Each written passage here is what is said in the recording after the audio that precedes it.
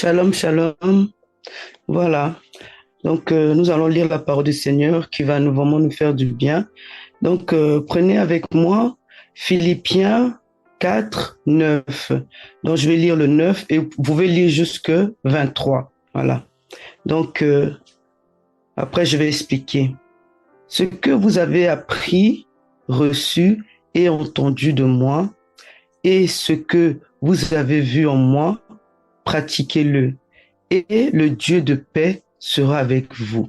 Voilà, continuons. Prenons psaume 119, 11. Je vais lire jusqu'à 12. Je serre ta parole dans mon cœur afin de ne pas pécher contre toi. Béni sois-tu, ô Éternel, enseigne-moi tes statuts. Continuons, mes frères et sœurs. Nous allons prendre Hébreux 5, 12. Je vais lire jusqu'à 13. Vous, en effet, qui depuis longtemps devriez être des maîtres, vous avez encore besoin qu'on vous enseigne les premiers rudiments des oracles de Dieu. Vous en êtes venus à avoir besoin de lait et non d'une nourriture solide. Or, quiconque en est au lait n'a pas l'expérience de la parole de justice, car il est un enfant. Voilà, pour finir, nous allons prendre Deutéronome 11, 18. Je vais lire jusqu'à 20. Mettez dans votre cœur et dans votre âme ces paroles que je vous dis. Vous les lierez comme un signe sur vos mains et elles seront comme des frontaux entre vos yeux. Vous les enseignerez à vos enfants et vous leur en parlerez quand tu seras dans ta maison, quand tu iras en voyage, quand tu te coucheras et quand tu te lèveras. Tu les écriras sur les poteaux de ta main et sur tes portes. Voilà, mes frères et sœurs. Dans mon petit message, c'est quelle est la clé pour mettre la Bible en pratique? Quelle est la clé? Donc, nous devons mettre la Bible en pratique, lire la Bible, parce que il y en a certains, quand ils vont dans les églises, il y en a parfois, on dit pas la vérité, on leur monte. Il y a vraiment la vérité dans la Bible. C'est les paroles de Dieu. C'est les paroles de Dieu. Donc, nous pouvons mettre ça seulement en pratique. Nous pouvons les pratiquer. Nous devons les lire. C'est vraiment notre lecture quotidienne dans nos vies. Parce que la parole de Dieu est claire. La parole de Dieu est claire. Mettez ça dans votre cœur et dans votre âme et dans Deutéronome. Hein? Mettez ça dans votre cœur. Le livre là, donc on doit le mettre en pratique. On doit montrer à nos enfants, lire la Bible, enseigner vraiment nos familles. Hein? Lire la Bible, Jésus, les paroles de Jésus, les paroles de Dieu est dans la Bible. Nous devons vraiment focaliser, vraiment regarder.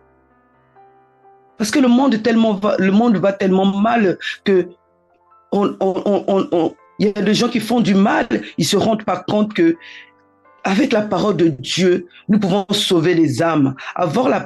Lire la parole de Dieu, ça peut nous sauver, ça peut sauver nos voisins. On peut confier à nos voisins. Mon frère, lis la Bible. Regarde les bonnes paroles qui sont dans la Bible. Regarde ce que Jésus a mis en place. Regarde ce que disent la parole du Seigneur. Ça peut que sauver nos âmes. Ça peut que nous sauver. Ça peut que nous faire du bien. Franchement, ça peut que nous faire du bien. Nous pouvons, quand je lis la Bible, hein, moi je me rappelle un moment, je lisais pas la Bible, je connaissais pas le Seigneur, je faisais de n'importe quoi, je montais, j'allais de gauche à droite. Quand j'ai commencé à lire la Bible, j'ai vu vraiment de bonnes choses. J'ai commencé à prier aussi. En fait, je prie, je pratique, vraiment, ça me fait du bien, quoi, la Bible. Ça me fait vraiment du bien. C'est notre vie, vraiment, qui est dedans. C'est notre vie à nous qui est dedans. Parce que nous pouvons pas laisser la Bible, nous passons à autre chose. Non. Nous pouvons que lire les bonnes choses qui sont mises, que le Seigneur a préparées pour nous dans la Bible, que le Seigneur a mis en place pour nous. Vraiment, et le Seigneur nous aidera. Si vraiment tu demandes au Seigneur de t'aider pour lire la Bible, c'est vraiment, il va vraiment t'aider. Il va vraiment t'aider, notre Seigneur. Parce que notre Seigneur, il demande pas mieux. Il demande pas mieux que tu te confies, tu lis les bonnes choses qu'il a préparées pour toi. Ça, c'est une bonne nourriture, ça. Ça, c'est une bonne nourriture. Tu peux faire tes jeûnes en te consacrant vraiment dans la Bible, en rentrant en profondeur avec notre Seigneur. Voilà, mes frères et sœurs, dans mon petit message, c'est quelle est la clé pour mettre la Bible en pratique? Quelle est la clé? En lisant, en lisant les messages que notre Père nous a mis en place dans notre Bible, notre Père nous a mis, notre Seigneur, il veut que nous changeons nos vies, notre Dieu, il veut que nous revenons vers lui. Tu t'es perdu, tu t'es garé. Prends ta Bible, demande au Seigneur, Seigneur, quel verset que je dois lire? Quel verset, Seigneur, pour que je construise ma vie de couple? Seigneur, quel verset que je peux lire avec mes enfants, vraiment, que j'ai vraiment que je sois vraiment une bonne maman? Seigneur, conduis-moi. Seigneur, aide-moi. Aide-moi, Seigneur. Le Seigneur va t'aider. Parce que le Seigneur demande pas mieux que tu viennes vers lui, que le Seigneur vraiment veut vraiment t'aider vraiment dans tous les combats que tu mènes. Le Seigneur va vraiment t'aider. Il va t'ouvrir les yeux. Il va dire, mon fils, voilà ce verset-là que tu peux lire. Il faut parler au Seigneur. Il faut vraiment le parler. Il est notre papa. C'est lui qui nous a fait. C'est lui qui connaît nos vies. Il peut conduire ta vie. Il peut conduire ta vie. Tu étais dans la pauvreté. Il peut conduire ta vie vraiment. Tu vas devenir une bonne personne. Il ne faut pas suivre les faux pasteurs parce qu'ils vont te dire, oui, il faut me donner l'argent, donne-moi 500 euros, je vais te montrer vraiment le bonheur. Non, le bonheur est dans la Bible. Le bonheur est dans la parole du Seigneur. Le bonheur avec tes enfants, avec ton mari, avec ta femme, c'est dans la Bible. C'est pas autre part. Et lis bien la Bible et parle au Seigneur. Le Seigneur nous fera que du bien. Le Seigneur nous construira notre vie. Le Seigneur te fera du bien dans ton couple. La Bible te construira vraiment une belle vie. Voilà, mes frères et sœurs. C'est le petit message que je voulais dire je voulais vraiment parler pour nous aujourd'hui. Voilà. Je vais prier, je vais faire une petite prière pour toi. Tu as du mal vraiment à lire la Bible.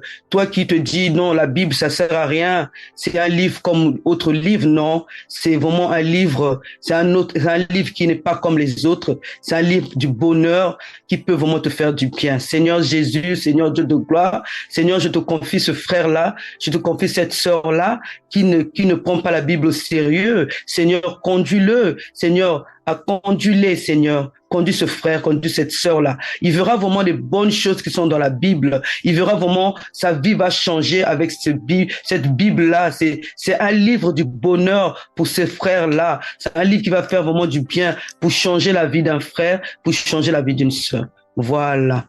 Merci. Voilà, j'ai fini. Je te laisse la parole. Amen, amen, gloire à Dieu. Merci pour ce message, gloire à Dieu. Nous allons aussi partager, nous allons prendre Acte 10, verset 34. Je vais lire. Pierre ouvrant la bouche dit, en vérité, je reconnais que Dieu ne fait point d'acception de personne. Pierre déclare quelque chose qui est juste, clair et véridique. Pierre dit simplement que Dieu ne fait acception de personne.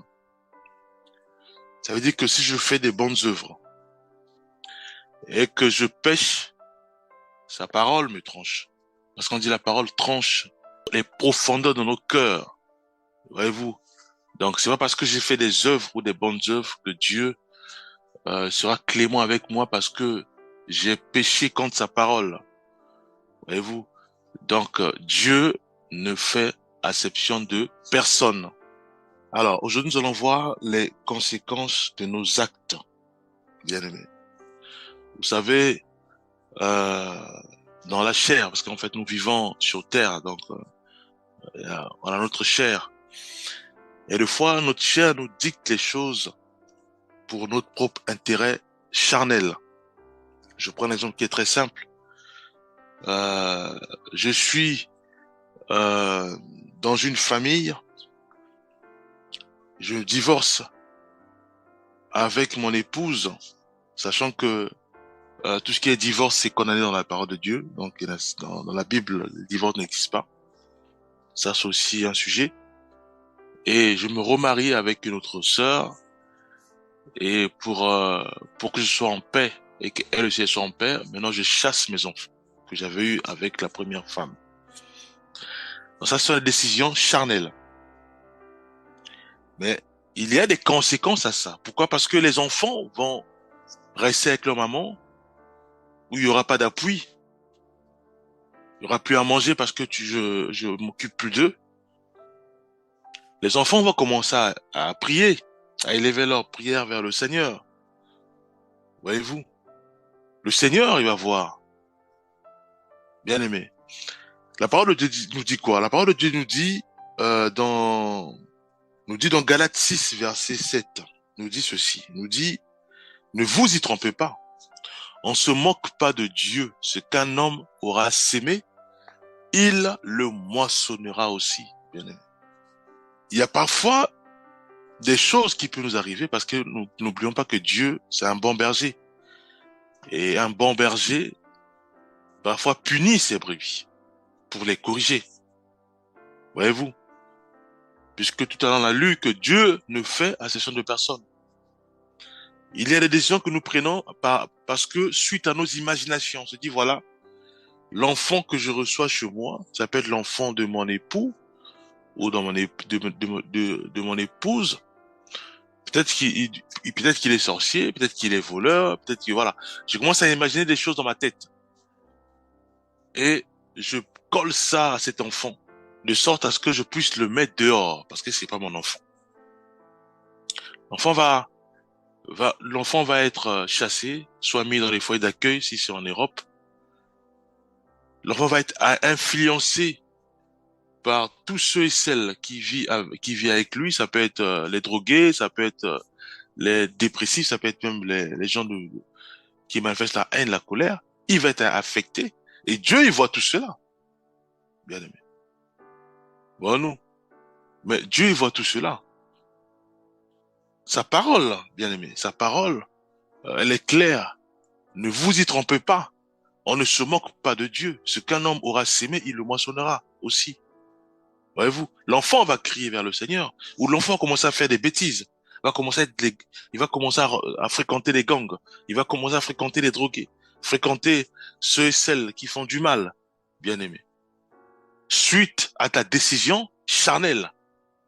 Parce que tu veux être en paix avec ton épouse, tu veux être en paix avec ton époux, tu ne veux pas recevoir, par exemple, les enfants d'un autre mari, voilà, c'est pas ton enfant, l'enfant de ton mari, ou de ton épouse, par exemple. Voyez-vous? Mais il y a des conséquences suite à notre décision. C'est pour ça que il est important, en tant que chrétien, avant de mettre en place des décisions charnelles, il est préférable de nous retirer dans la prière. C'est très important, bien aimé.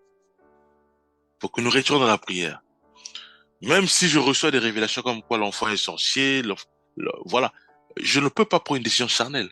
Je dois me retirer dans la prière, frère, sœur.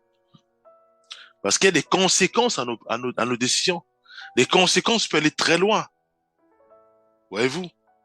Nous, on a vu des frères, parce qu'il a vu une sœur, il veut laisser son épouse de la maison. Il y a eu des suicides, il y a eu beaucoup de choses. Ça peut aller très loin. C'est pour ça qu'il est important, bien aimé.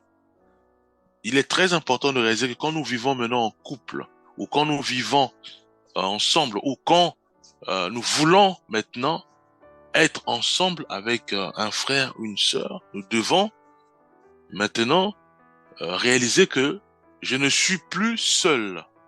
Je dois penser maintenant aussi aux autres. Je ne peux pas penser qu'à moi.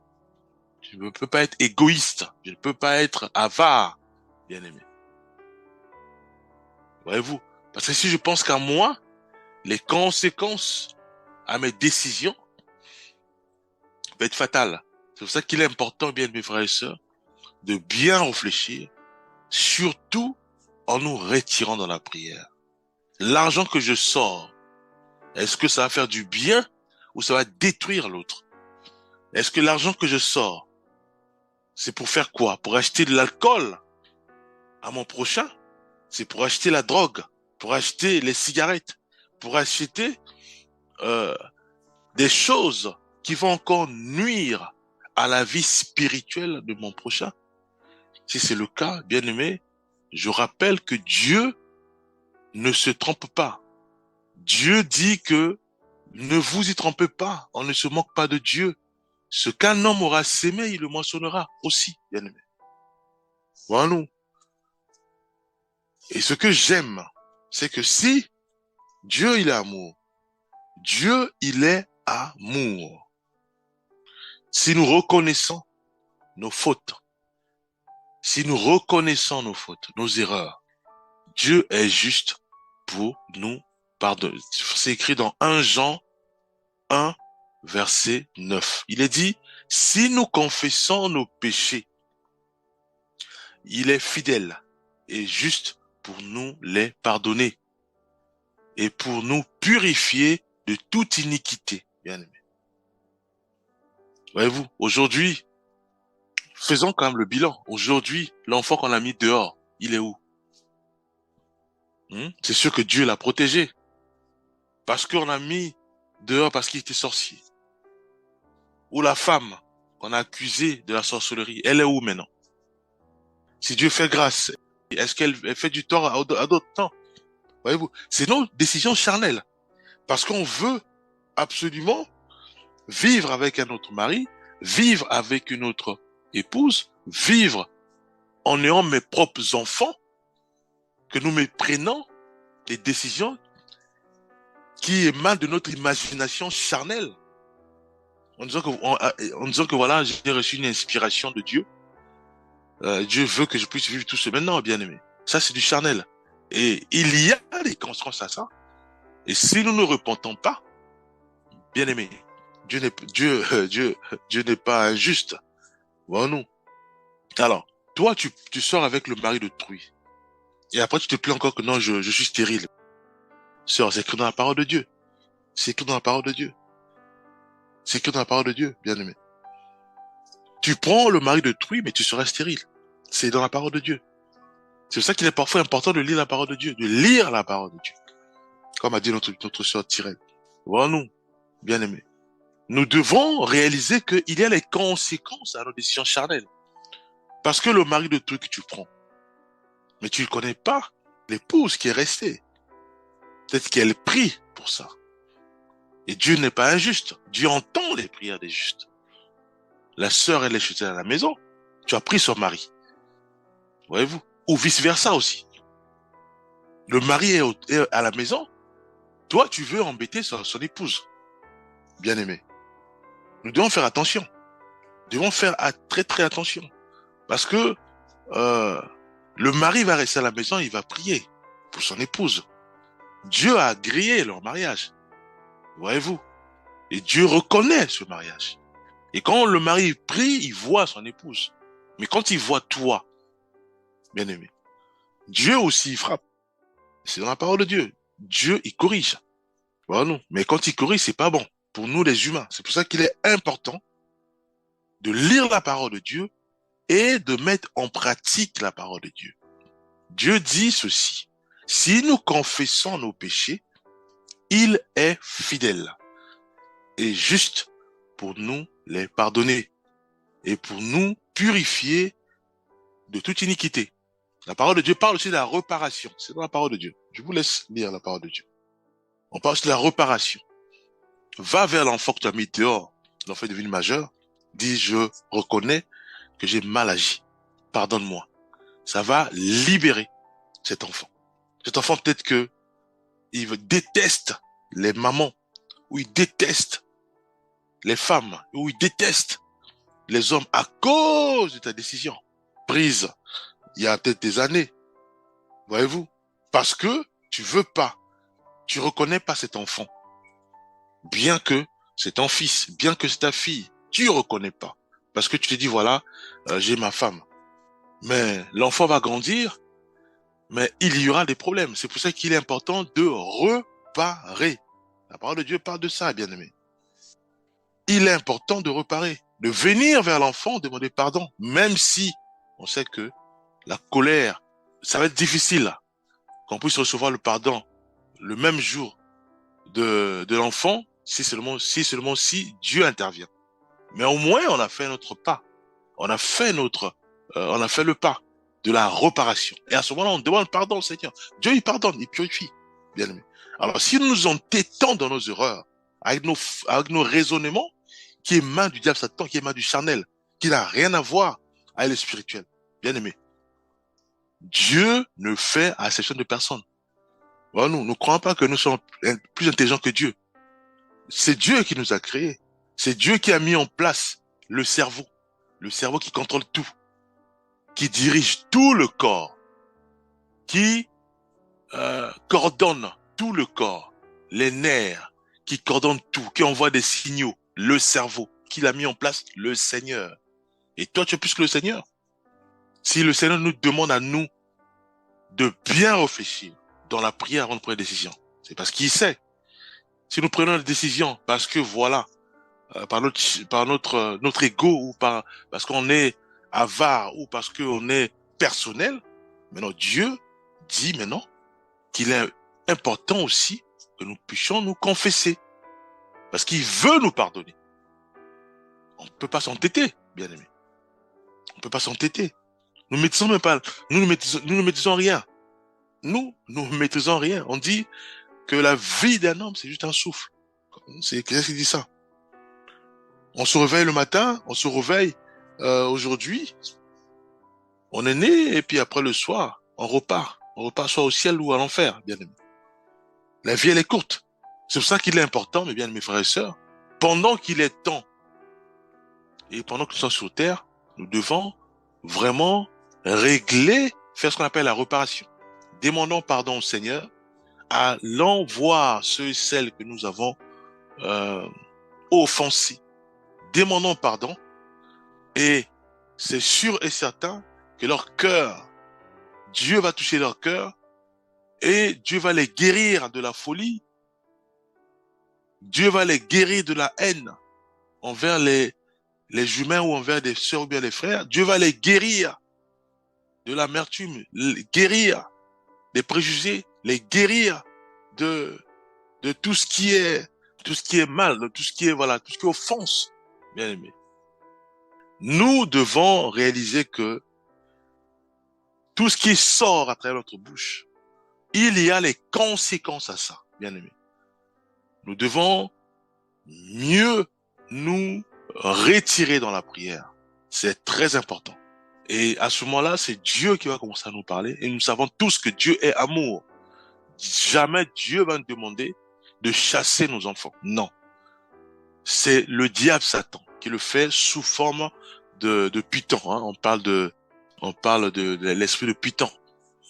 Dans la Bible aussi. Voyez-vous, Dieu ne sépare personne. Dieu ne sépare pas des familles. Dieu est amour, Dieu rassemble.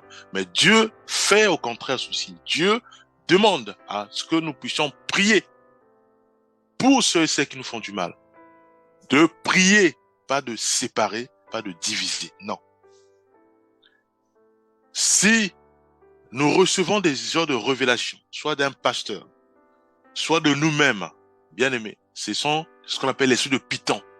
Ne cherchez pas loin, c'est l'esprit de Python. Dieu rassemble et Dieu demande au contraire de prier pour ceux qui nous font du mal, bien-aimés. Donc, je nous supplie de demander pardon au Seigneur. Je nous supplie de demander au Seigneur de nous donner la force de reparer.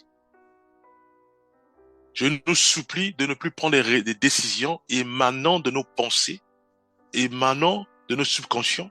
Parce que nous, on a dormi, on a rêvé, et on dit, voilà, Dieu m'a parlé. Non, c'est des subconscients. Parce que tellement qu'on a pensé à ça, et effectivement, on dort, on va penser qu'à ça.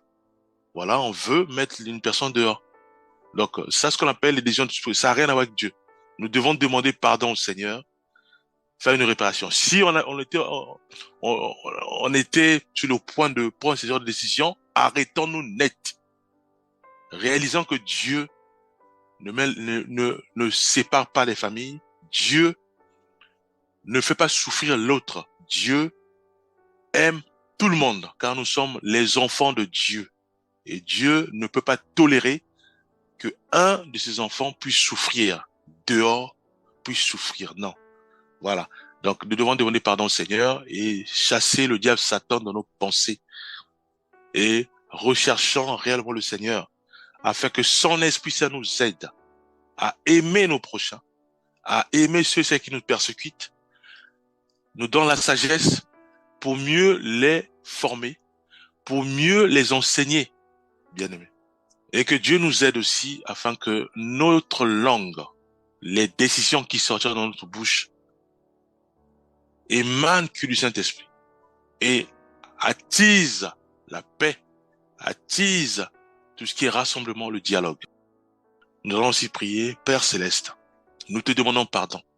Pardonne-nous parce que on nous a trompés, soit par le diable, soit par les humains, soit par nous-mêmes, notre subconscient, ou par notre conscience. Te demandons pardon, Père. Nous avons posé des actes qui ne nous appartiennent. Nous avons entraîné nos amis à l'alcool, à la boisson, entraîné nos amis aux débauches, Père. Ô Père Céleste, la liste est longue. Tu connais toutes choses. Nous te demandons pardon. Que le sang de Jésus-Christ, Père, nous lave de tout péché. Aide-nous, Éternel des armées, à être justifiés par toi, par le sang de Jésus-Christ. Aide-nous, Père, à ne plus retomber, Père, sur les mêmes péchés, mais que nous puissions avoir nos regards fixés vers toi. Père, efface les conséquences de nos péchés, nous te l'implorons, Père. Tu es notre Dieu, Père. C'est en toi, Père, que nous nous appuyons avec fermeté. Manifeste ta miséricorde dans nos vies. Ô Père, efface les conséquences de nos péchés. Aide-nous, Père, à reparer. Donne la sagesse. Au nom puissant de Jésus-Christ, nous avons ainsi prié. Amen.